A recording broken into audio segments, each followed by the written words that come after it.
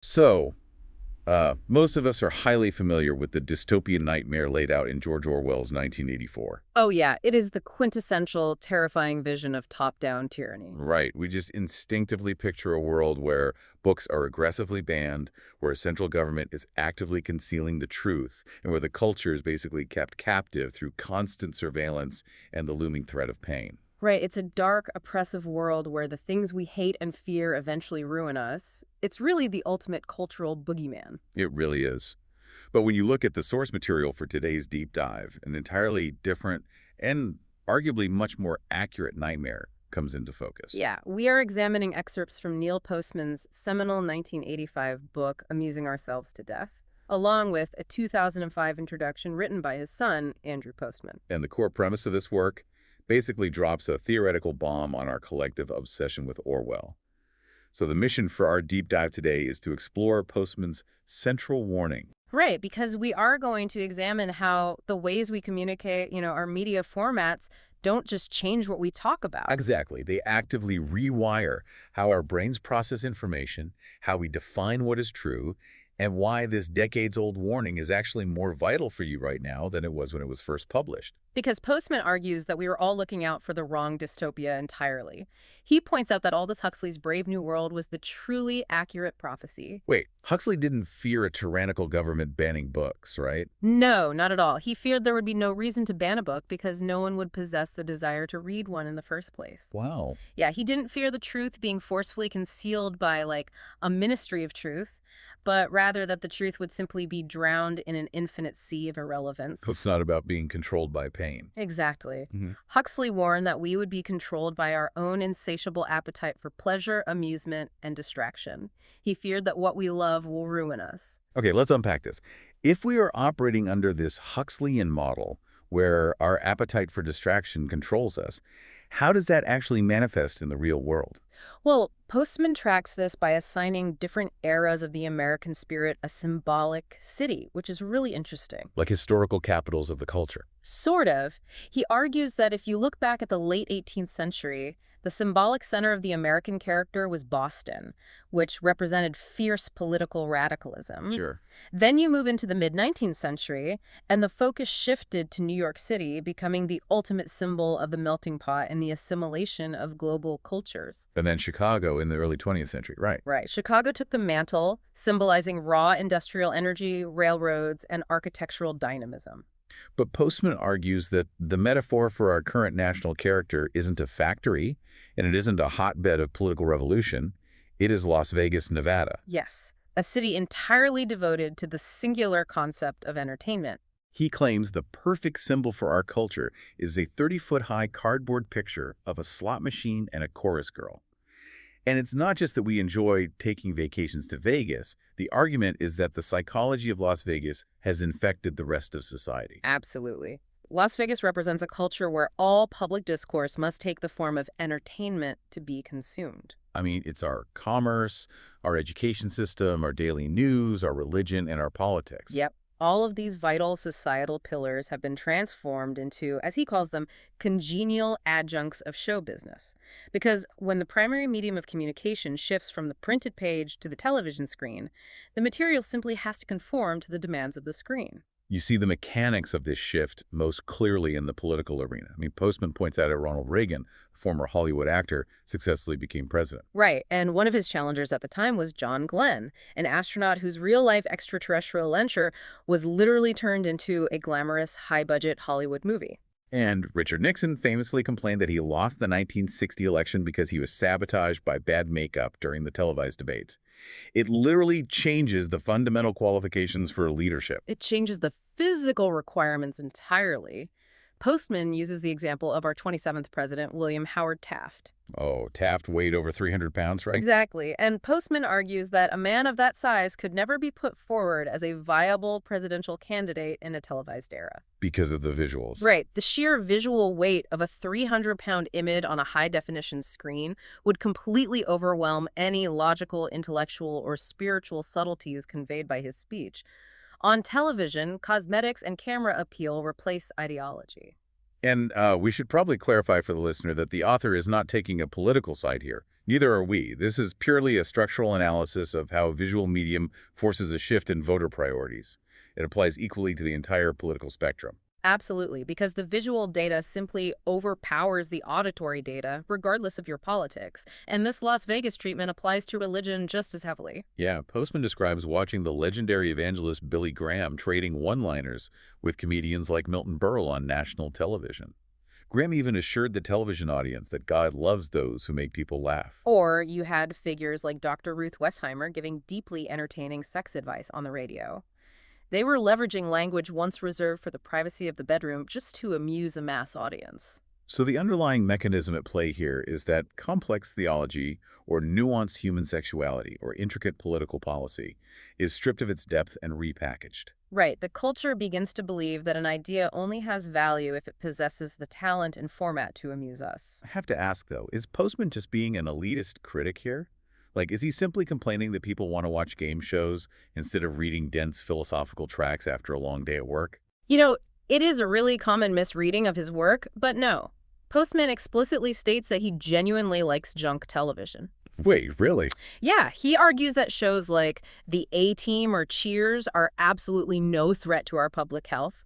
Pure entertainment doing exactly what it is designed to do is totally harmless. So what's the actual danger? The danger arises when television attempts to present serious cultural conversations, like a presidential debate, the evening news, or religious programming. Ah, because television as a medium forces those serious topics to be recast into terms that are visually stimulating and fast-paced. Exactly, which means those vital issues become mere entertainment. Okay, here's where it gets really interesting. This brings us to a crucial concept.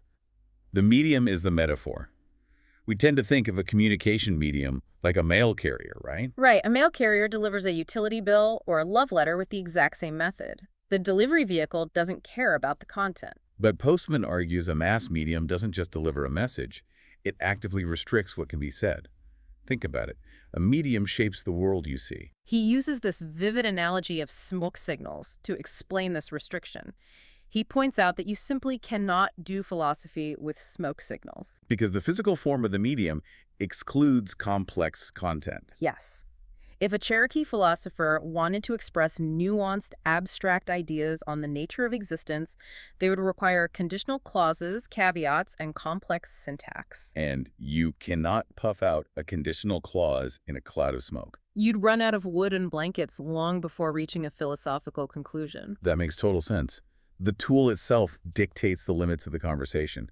It's like if I try to explain a massive, complex financial spreadsheet to you via a text message, the format will force me to dumb down the data until it loses all its nuance. Right, and Postman applies this logic to the news, pointing out that the whole concept of the news of the day literally did not exist until the telegraph was invented. Wow, because before the telegraph, if a minor skirmish happened 3,000 miles away, you wouldn't know about it. And even if you did find out months later, it wouldn't be relevant to your daily survival. But the telegraph allowed information to move at the speed of light. So suddenly, you are receiving a fragmented, decontextualized stream of events from all over the world. Exactly. You learn about a flood in a place you've never been, involving people you will never meet, and there is absolutely nothing you can do about it. The speed of light medium created the concept of consuming disconnected facts as a morning ritual. It turned tragedy and distant events into an entertainment product. Our tools really do define our reality. They do. And Lewis Mumford's historical analysis of tools illustrates how deep this goes into human psychology. Consider the invention of the mechanical clock in the 14th century. Before the clock, humans lived by the sun, the seasons, and natural biological rhythms, right? Yeah, but the clock disassociated time from nature. It turned time into an independent world of mathematically measurable sequences. So we stopped living in the moment and became time servers, just constantly checking to see if we were late for an artificial deadline.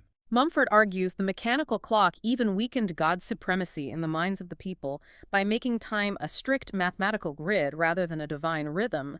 Eternity ceased to serve as the measure of human events. It's crazy how every tool embeds an idea into the culture. Like the invention of eyeglasses in the 12th century planted the subconscious idea that human anatomy isn't destiny, that our bodies are basically improvable machines. And the microscope revealed entirely hidden layers of reality, which paved the way for psychology to imagine that the human mind also has unseen layers, like ins and egos.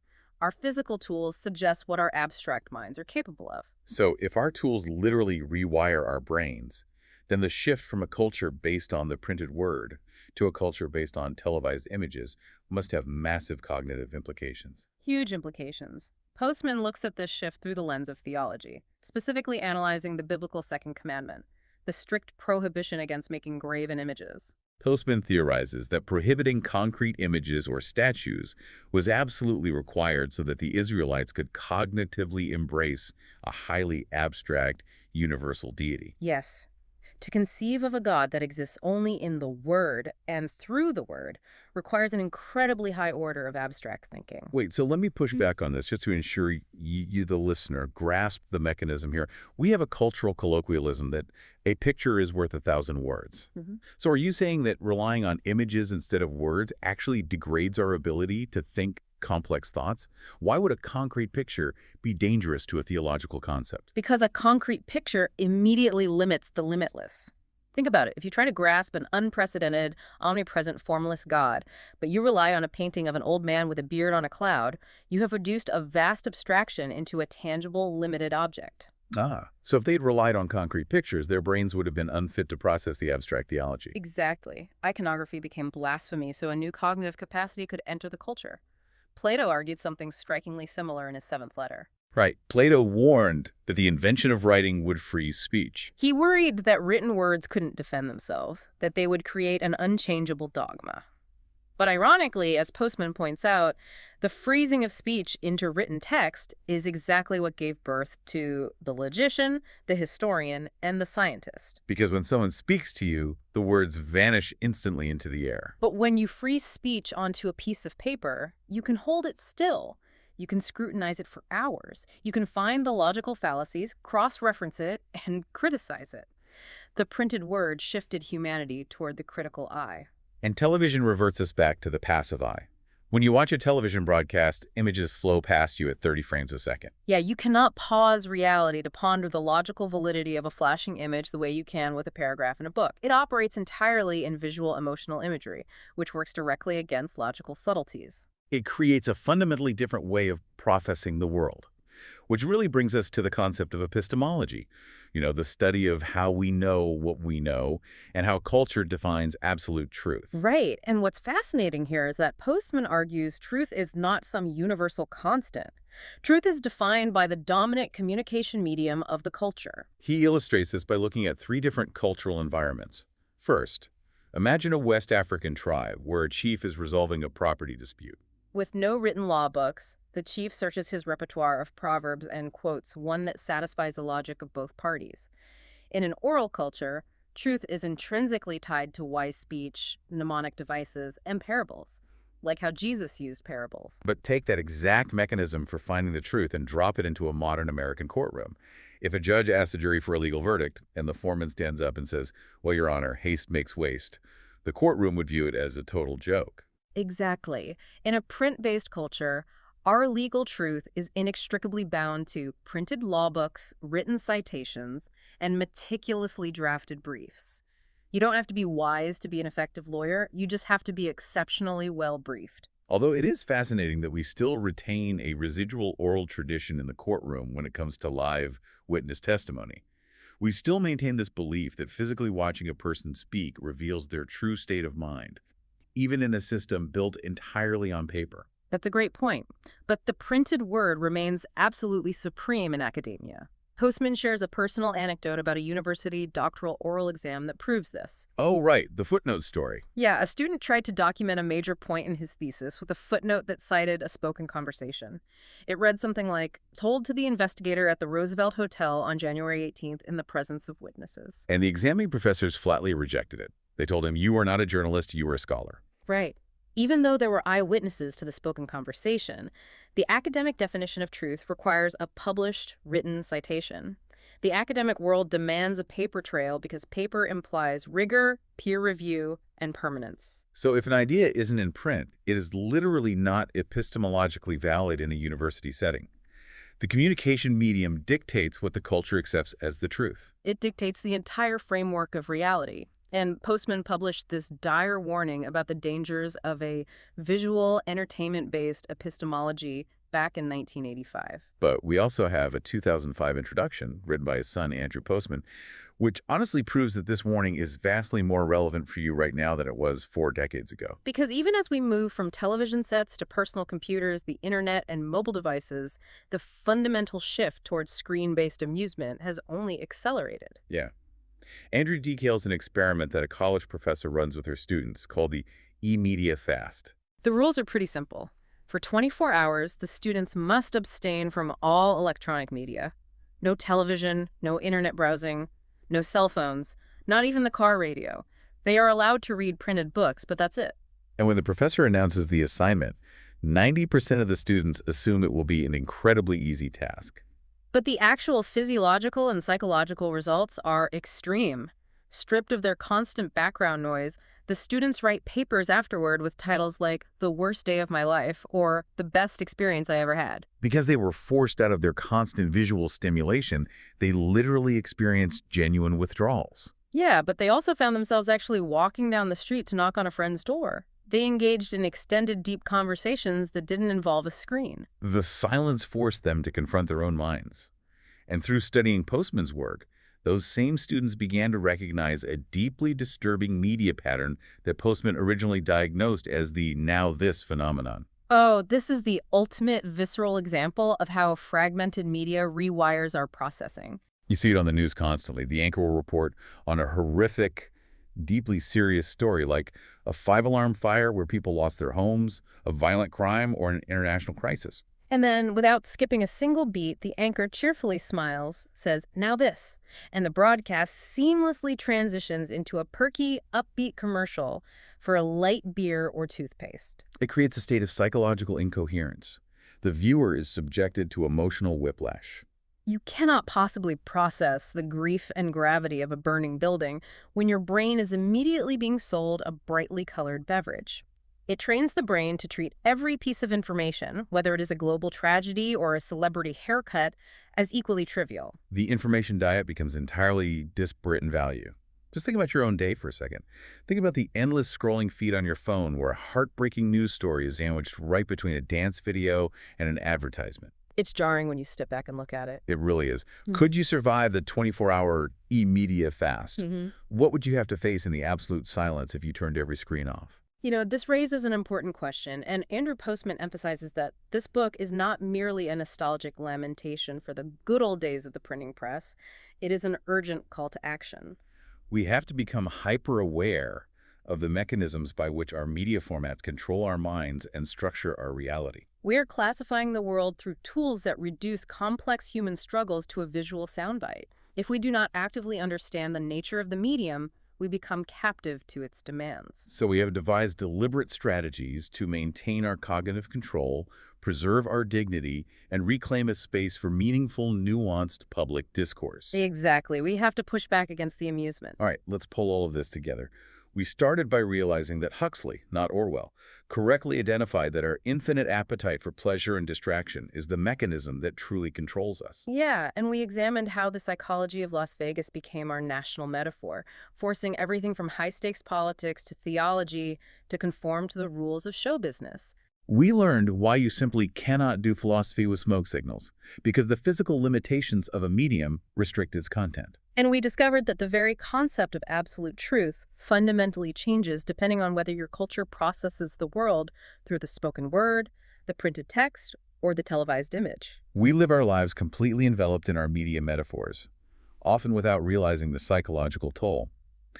The tools we use to observe the world dictate the world we observe. That's the bottom line. So we know that the invention of the printing press gave humanity the rational, scrutinizing scholar capable of deep logical thought. And we know that the television screen gave us the superficial, fragmented entertainer. So considering the immense power our tools have to rewire human cognition, what kind of human being is your smartphone creating right now?